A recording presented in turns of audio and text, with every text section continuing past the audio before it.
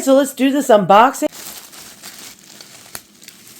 Oh, so I unboxed this. Oh, I love it. All right, so someone had it listed on eBay for $28. Buy it now. This is really cool. This is like an early 20th century purse. A lot of different names that you can call this, and I'll go over the different names. So you can call one of these, and I'm going to pronounce it wrong, Minaudière, a Necessaire, Tango compact purse, a dance compact, or a dance purse.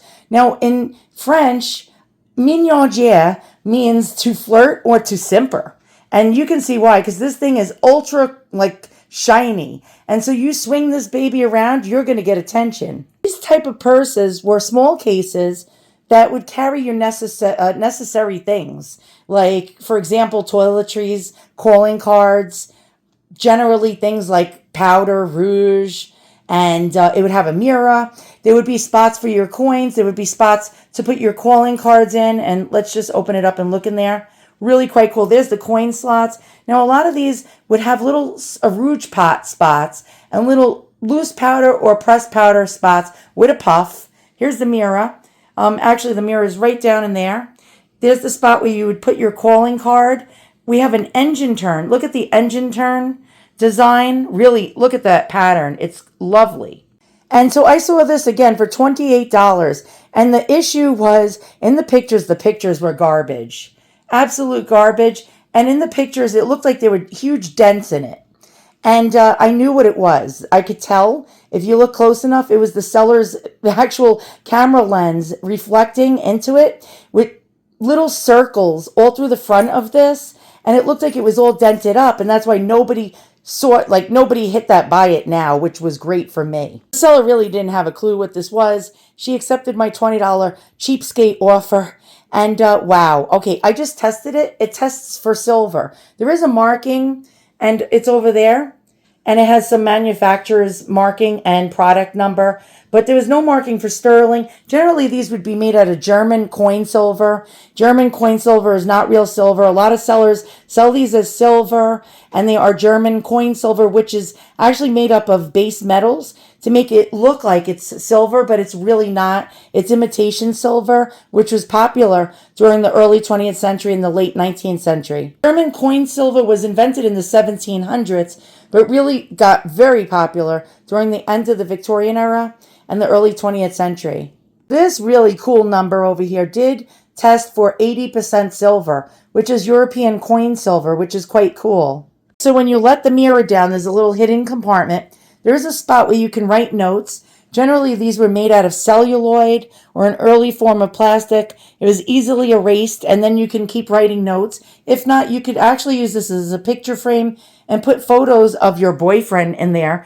This is a hidden spot because, you can like hide and write a boy's address down in there. And this was a dance purse. So you would go to a dance hall or a ballroom and pick up guys with one of these purses. Purses like these were actually made in the late 19th century, but really took off in popularity in the teens and the 20s and the 30s. And so the flappers would have probably used one of these purses.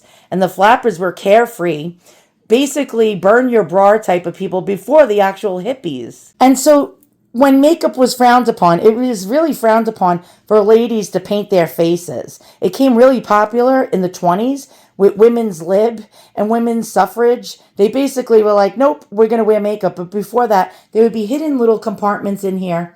Like you see this little spot for the notes that would pop out. And so men would just think this was a regular lady's coin purse or something they would put their calling card in, which was like a large size business card, which is not the standard of today, where if they would visit somebody or call upon somebody, they would leave their card behind with their name and address. And it was like a polite thing to do.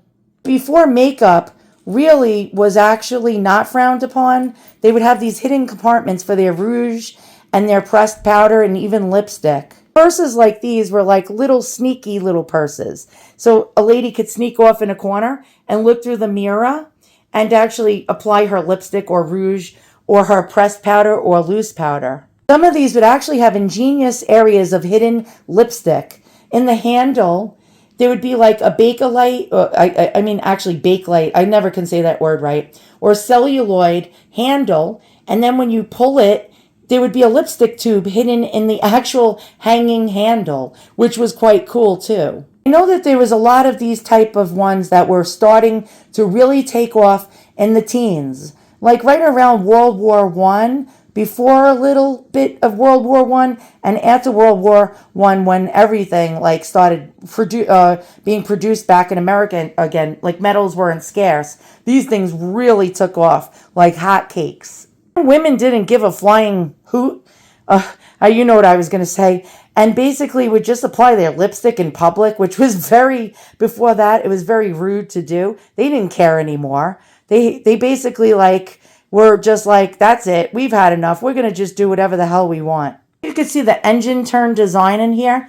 There was a little circle to actually put your initials, which somebody didn't do that. But these were really, really all the rage, especially to go to dances with and go tango. All right, let's go look at a 1920s video. Look at the 1920s flappers in color. So go subscribe to the person's channel that I'm actually sharing the videos from.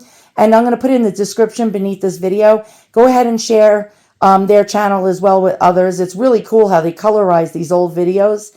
And so what we're going to do right now, we're going to look at that. Then we're going to look at different ones that you can find and purchase.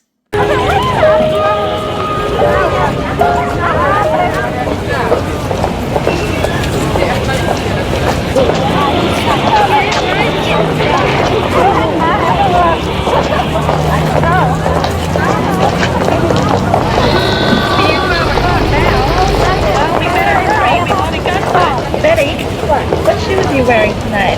Oh, the only pair I've got. What's that? What are you going to wear tonight, Belle, next party? Okay, let's get these over all all right. Yeah, we sure enough to do it today. I don't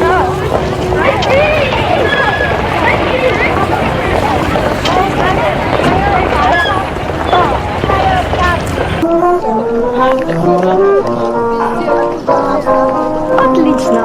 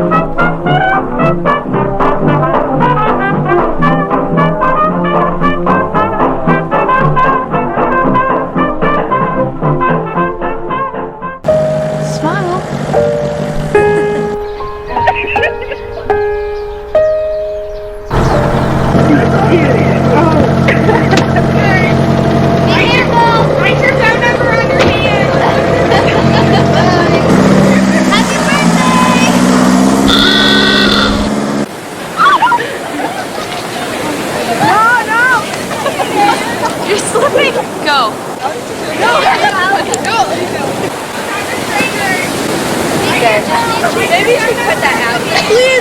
Yeah, please. So this is payback. Don't record this. Keep walking.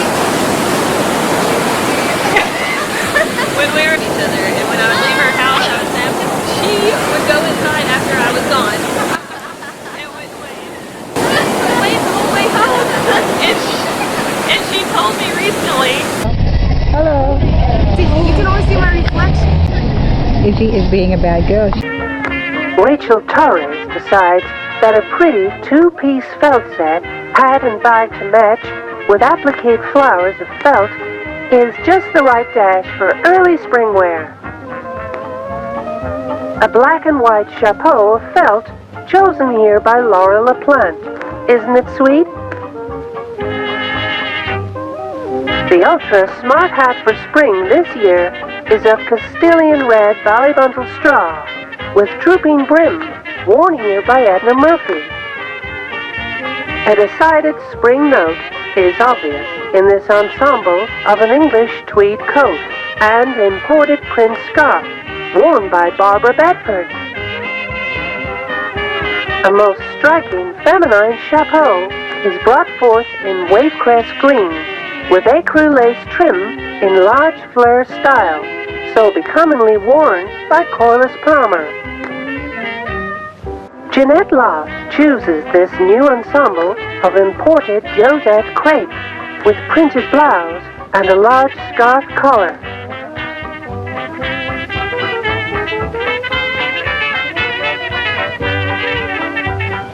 Ruth Elder flies to a luncheon in this smart sports costume. Her coat is trimmed with gold buttons and emblem. All the millinery and frocks shown to you today comes courtesy of Sibley, Lindsay & Kerr, New York. Crap. After watching that, we destroyed ourselves. Shit. Excuse my language. What the hell?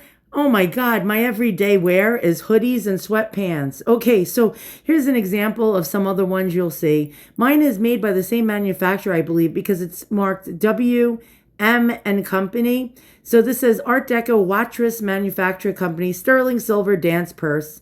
And yeah. All right, so let's go on to the next. And here's another example. This one looks almost identical to mine. Very similar with the engine turn stripes going down the front with the little circle where you put your initials. And this one says Art Deco sterling silver coin money dance purse, $199. I think I did good. It's 20 bucks. Here's another example of a sterling silver one. This one looks like an earlier one. It's probably from the teens or a little bit earlier, probably about 1905 or so. We got this gorgeous, gorgeous Repoussé style engraving going throughout it. Yeah, $399 doll hairs. Not interested at that price. Next. Okay, here's another one with initials all engraved in the front. And we got a 1920s sterling silver coin purse with, yeah, it's the same type of thing as my jammy. We got the two spots for the coins, except for mine has a mirror, and the little spot for the note-taking area.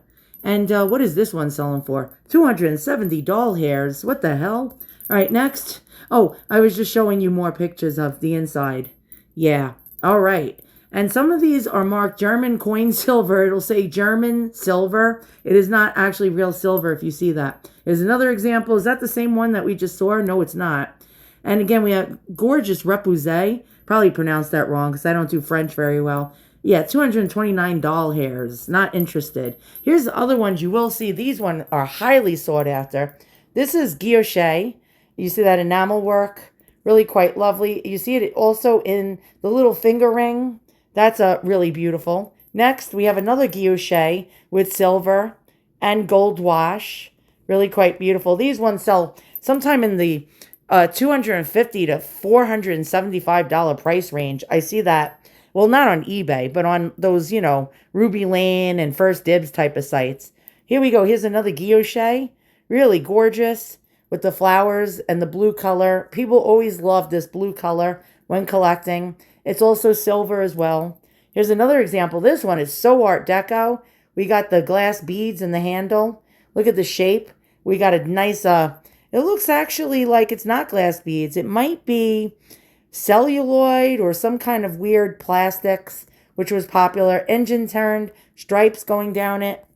And here's another one. These ones are highly sought after. This blue guilloche has a finger ring, really quite fancy. And it comes with the original box, apparently. Here's another gorgeous guilloche. Look at this. Engine turning and lovely, probably 1920s.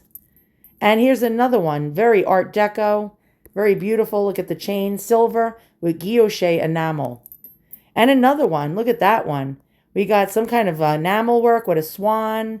Really quite beautiful. Engine turned stripes. And we got the lovely strap that hangs. Some of these were really absolutely breathtaking. And there's mine.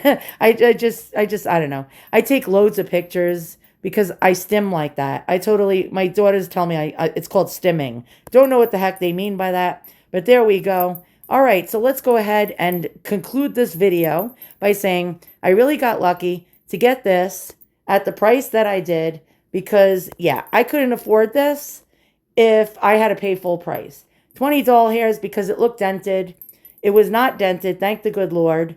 In the picture, her camera showed up with the lens, and damn, yeah, I did pretty darn good at this. Yeah, as you can see, I take hundreds of photos of things because I obsess. I'm an obsessive collector. All right, guys, see you all soon. Oh, we got some more coming. We got some more. How many pictures did I take of the same thing over and over again? Yeah, as you can tell, it's like OCD. And so, yeah, I got some more cool stuff. Art Deco, Victorian. If you haven't already subscribed, hit the subscribe and hit the like button because we're going to just like, I don't know, hose the snot out of eBay. We're going to just buy everything off of it. Don't tell my husband.